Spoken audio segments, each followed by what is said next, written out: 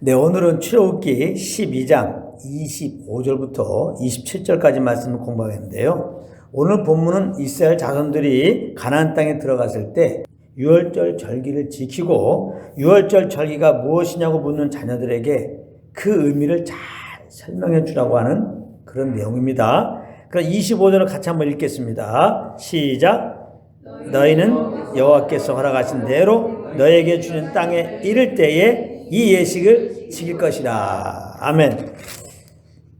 여기서 보면은 여호와께서 허락하신 대로 너에게 주시는 땅은 바로 가나안 땅을 말하는 것입니다. 그리고 이 예식을 지키라 그랬어요. 이 예식은 유월절 예식을 말하는 것입니다. 하나님께서 그 약속하신 땅 가나안에 들어가게 되면은 유월절 절기를 지키라. 그런 의미가 되는 겁니다. 어린 양을 잡고 그 피를 문 임방과 좌우 문설주에 바르면 그 피를 보고 애굽에 내릴 재앙에서 하나님께서는 그들을 건져주신다고 하는 이 유월절은 무엇을 의미하는 것이라고 했습니까? 그것은 세상 죄를 짊어지시고 십자가에서 피 흘려 죽으신 예수 그리스도를 믿으면 누구든지 죄 사함 받고 죄에서 구원받는 것을 예시한 것이라고 말씀을 드렸습니다. 그러므로 유월절 절기를 지키라고 하는 것은 곧 구원의 예수님을 기억하며 그 은혜에 대하여 감사 찬양하라는 그런 의미인 것입니다. 그런데 언제 그렇게 하라고 했습니까? 여호와께서 허락하신 대로 너에게 주시는 땅에 이를 때 그랬습니다. 즉 가나안 땅에 들어가게 되면 그렇게 하라는 것입니다. 그렇다면 이 가나안 땅은 영적으로 어디를 상징하고 있는 것입니까? 그건 당연히 믿는 자들에게 하나님께서 허락하신 하나님의 나라를 말하는 것입니다. 여러분, 믿는 우리가 천국 가면은 무슨 일을 하는지 아십니까? 바로 유월절 절기를 지키는 일을 하는 것입니다. 즉 우리의 죄를 위하여 피 흘려주신 어린 양 예수께 감사, 찬양과 경배를 드리는 그 일을 한다 이 말이에요. 그게 천국에서 우리가 가서 할 일이에요. 거기는 구원의 예수님만 찬양하고 경배하는 일입니다. 요한계시록 5장 9절 그들이 새 노래를 불러 이르되 두루마리를 가지시고 그 인봉을 떼기 합당하시도다. 일찍이 죽임을 당하사. 죽임을 당하신 분이 누구예요? 예수님이죠. 지금 이게 천국에서 하고 있는 일을 지금 말하고 있는 겁니다. 각 족속과 방언과 백성과 나라 가운데서 사람들을 피로 사서 하나님께 드리시고 그들로 우리 하나님 앞에서 나라와 제장들을 삼으셨으니 그들이 땅에서 왕노릇 하려다 하더라. 내가 또 보고 들음에 보호자와 생물들과 장로들을 둘러서 많은 천사의 음성이 있으니 그 수가 만만여 천천이라. 큰 음성으로 이르되 죽임을 당하신 어린 양은 유월절 어린 양 대신 예수님 말하는 죽임을 당하신 어린 양은 능력과 부와 지혜와 힘과 존귀와 영광과 찬송을 받으시기에 합당하도다 하더라. 이렇게 예수님을 찬양하는 거예요. 내가 또 드리는 하늘 위에와 땅 위에와 땅 아래와 바다 위에와 또 그 가운데 모든 피조물이 이르되 보호제 앉으신 이와 어린 양께, 여기 어린 양이라고 표현하잖아요. 유월절 어린 양을 얘기하는 거예요. 그 유월절 어린 양은 바로 예수 그리스도를 상징하는 거였습니다. 어린 양에게 찬송과 존귀와 영혼과 권능을 세토록 돌릴지어다 하니 내 생물이 이르되 아멘하고 장로들은 엎드려 경배하라 했단 말이에요. 여기 보면은 지금 천국에서 일어난 일을 말하는 거예요. 어린 양 대신 예수님 찬양하고 또 경배하고 이러잖아요. 천국에서 하는 일은 어린 양 대신 예수님을 찬양한 것이다. 그럴 수밖에 없죠. 천국이 얼마나 영광스러운 곳입니까? 이 영광스러운 곳에 내가 어떻게 왔지? 나는 지금 한 개 죄밖에 없는데 저 보호자에 앉으신 어린 양 예수님의 그 흘리신 보혈의 은혜로 내가 죄 사함 받고 이곳에 왔다. 이것을 인정하게 되죠. 그런 순간에 예수님을 찬양하게 될 수밖에 없는 겁니다. 예수님 때문에, 예수님의 흘리신 보혈 때문에 내가 죄 사함 받고 이곳에 오게 되었습니다. 그러니 모든 영광은 예수님 당신이 받아서 하고 찬양과 경배를 드리면서 그렇게 지내게 된다는 겁니다. 이렇게 하나님의 나라는 구원받은 자들이 구원의 하나님을 찬양하는 것입니다. 그런데 여기서 잘 알아야 할 것은 믿는 우리들의 마음속에는 이미 하나님의 나라가 이루어졌다는 사실입니다. 왜냐하면 하나님의 나라는 하나님께서 통치하시는 나라인데 믿는 우리들 마음에는 예수님이 왕으로 좌정하고 지금 통치하고 계시기 때문입니다. 우리가 믿고 구원받았는데 예수님을 믿었다고 하는 것은 예수님을 우리 마음에 왕으로 영접한 것입니다. 요한복음 1장 12절에 영접하는 자 곧 그 이름을 믿는 자들에게는 하나님의 자녀가 되는 권세를 주셨으니 그랬어요. 우리가 구원을 어떻게 받았어요? 십자가에 피 흘려 죽으시고 부활한 예수님을 내 마음의 주인으로 왕으로 모신 겁니다. 그러므로 이제 우리는 항상 구원의 예수님께 찬양을 드려야 되겠죠. 죄에서 우리를 구원해 주셨으니까. 자, 히브리서 13장 15절에 오면 그러므로 우리는 예수를 말미암아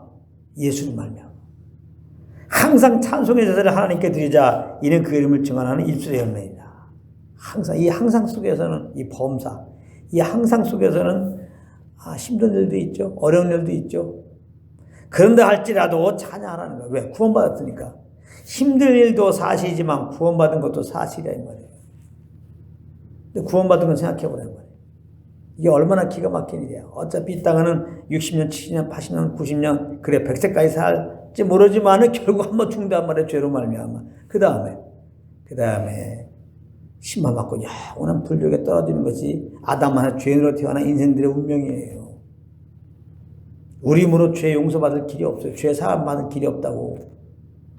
뭐 어떤 사냥을 하고 어떤 종교적 활동에 소용없어요. 한번 죄를 범했으면 이제 죄액사는 사망이다. 죽고 심판받고 영원한 지옥불에 갈 수밖에 없어요. 우리는 소망도 없었고 열망은 영원한 하나님의 진노 아래 있었던 자들이에요. 그런데 하나님의 은혜로 그 아들을 보내시고 십자가에 달려 죽게 하시고 부활케 하시고 민자들에게 구원을 주신다는 이 말씀을 듣고 하나님의 은혜로 우리가 그 예수를 믿었더니 우리가 정말 은혜로 죄사함 받고 영생으로 하나님의 자녀가 되었단 말이에요. 이젠 죽어도 다시 살아서 영원한 하나님 나라 간다 이 말이에요. 이게 얼마나 감사하냐고. 할렐루야. 그래 이거를 생각하게 되면 우리가 현실적으로 눈에 보이는 환경적으로 너무 어려워도 이거 감사해야 되지 않겠어요? 진짜입니다. 그러니까 일단 우리는 감사하고 보는 거야. 어떤 이 세상에서 좋은 일이 있어도 너무 그걸 좋아하기 전에 일단은 하나님 날 구원하신 건 감사합니다. 이러고 보는 거예요. 또 눈에 보이는 또 환경도 너무 어려움이 있어도 거기에 너무 이렇게 빠져가지고 걱정 근심하는 것보다 나를 죄에서 구원한 주님 감사합니다. 이렇게 하라는 말이야. 그게 항상 주님을 찬양하는 자의 태도입니다. 아멘. 예수님의 제자들이 그 70인 제자들이 예수님의 말씀 듣고 이렇게 복음을 증거했다고요. 그랬더니 예수님으로 그냥 귀신을 쫓아냈더니 귀신이 막 떠나갔어. 너무나 그냥 좋아가지고 예수님께 와갖고 보고했잖아요.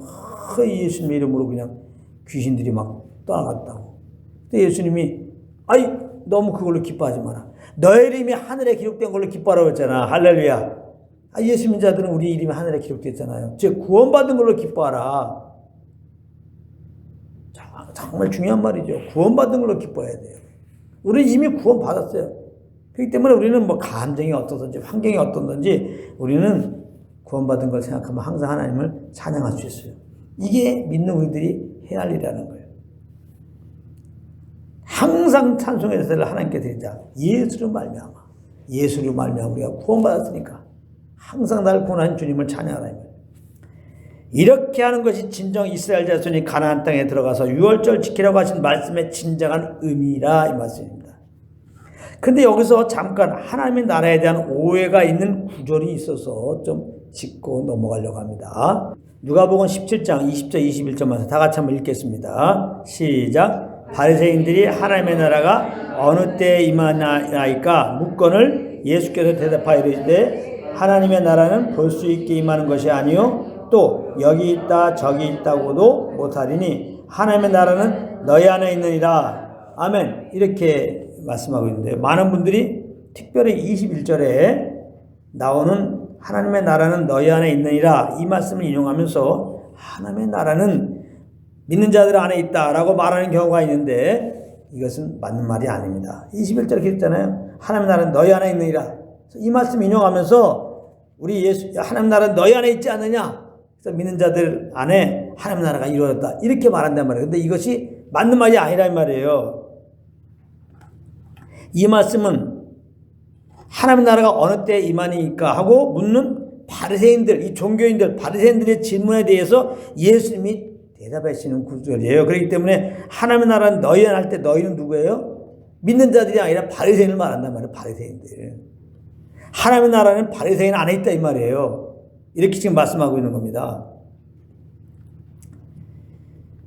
그렇다면 의구심이 드는 것이 바리새인들은 누굽니까? 예수를 핍박한 자들이 아니잖아요. 예수를 믿지 않는 자들이에요.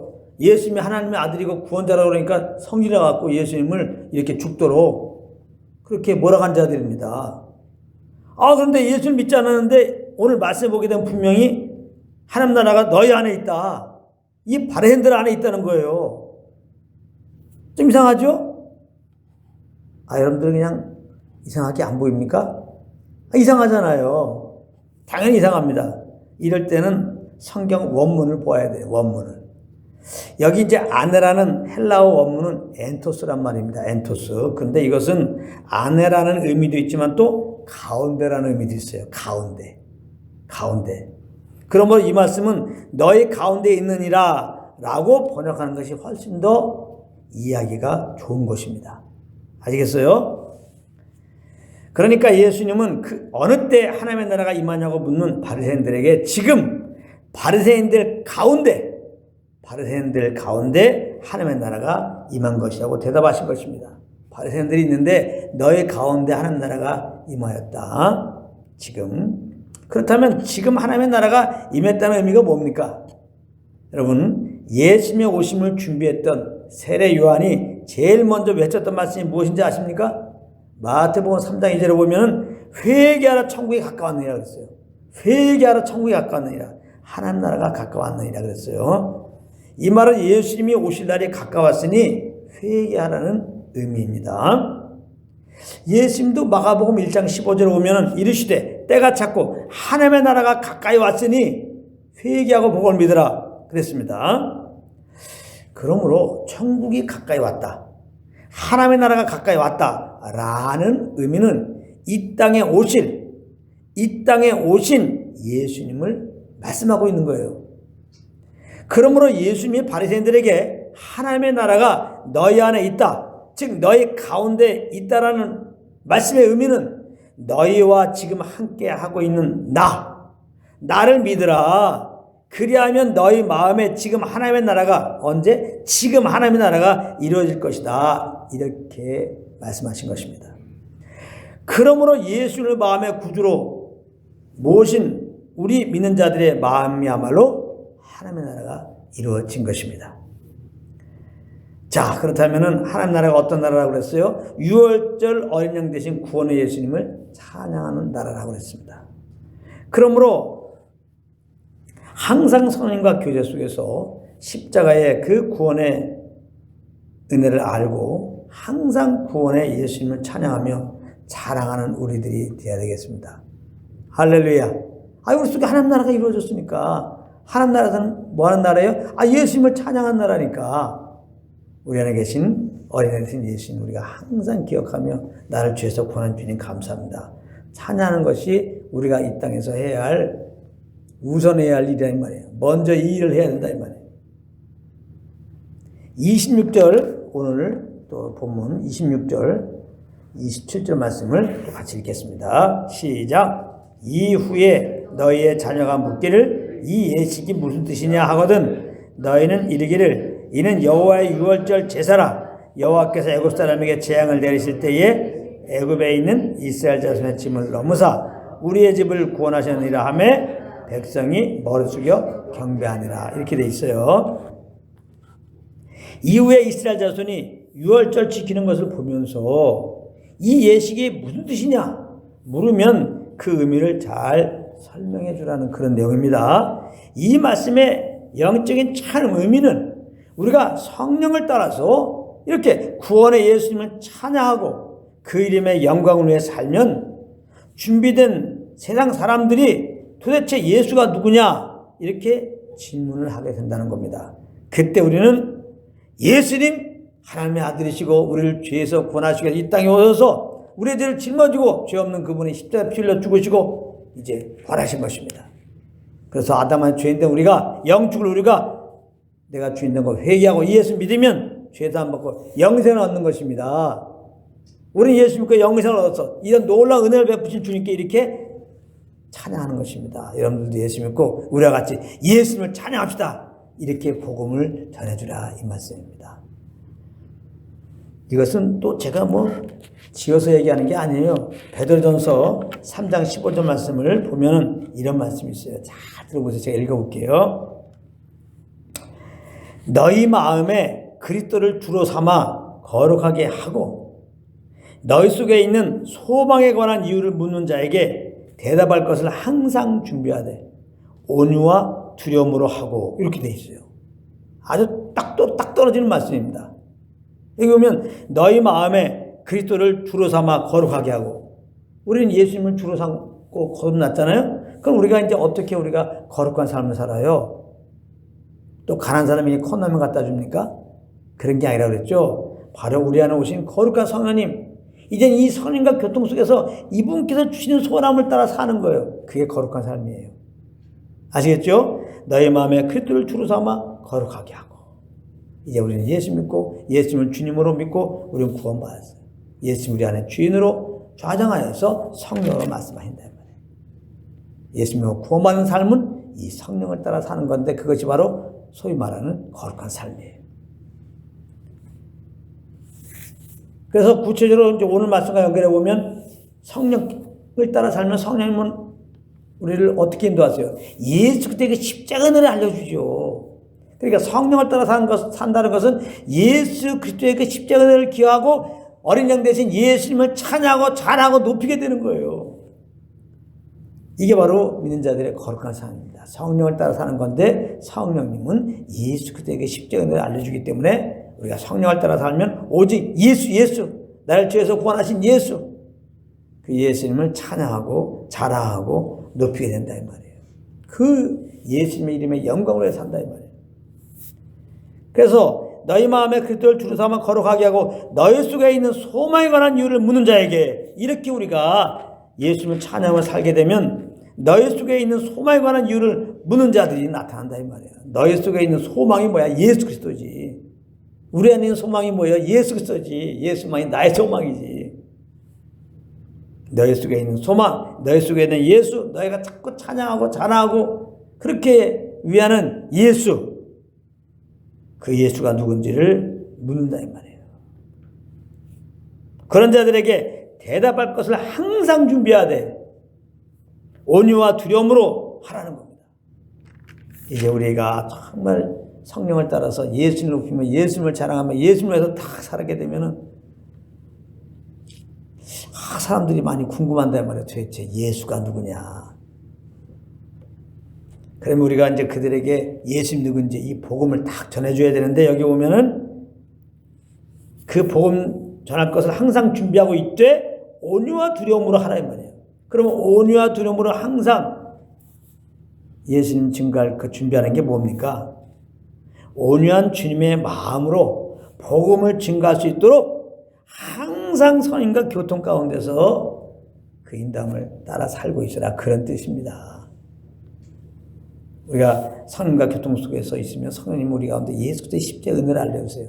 우리가 그 은혜를 알면 알수록 우리 마음에 주의 마음이 부어져요. 우리를 정말 사랑하는 주의 마음이 부어져요. 그래서 주님이 날 그렇게 사랑한 사랑으로 영혼들을 바라보게 돼요. 그래서 저들도 동일하게 회개하고 예수 믿기를 원하는 마음이 가득 있게 돼요. 그때 이제 혹시 누가 이렇게 복음에서 물어본다면은 우리는 정말 주의 마음으로 네 하면서 이제 우리가 성령을 따라서 복음을 잘 증가할 수 있죠.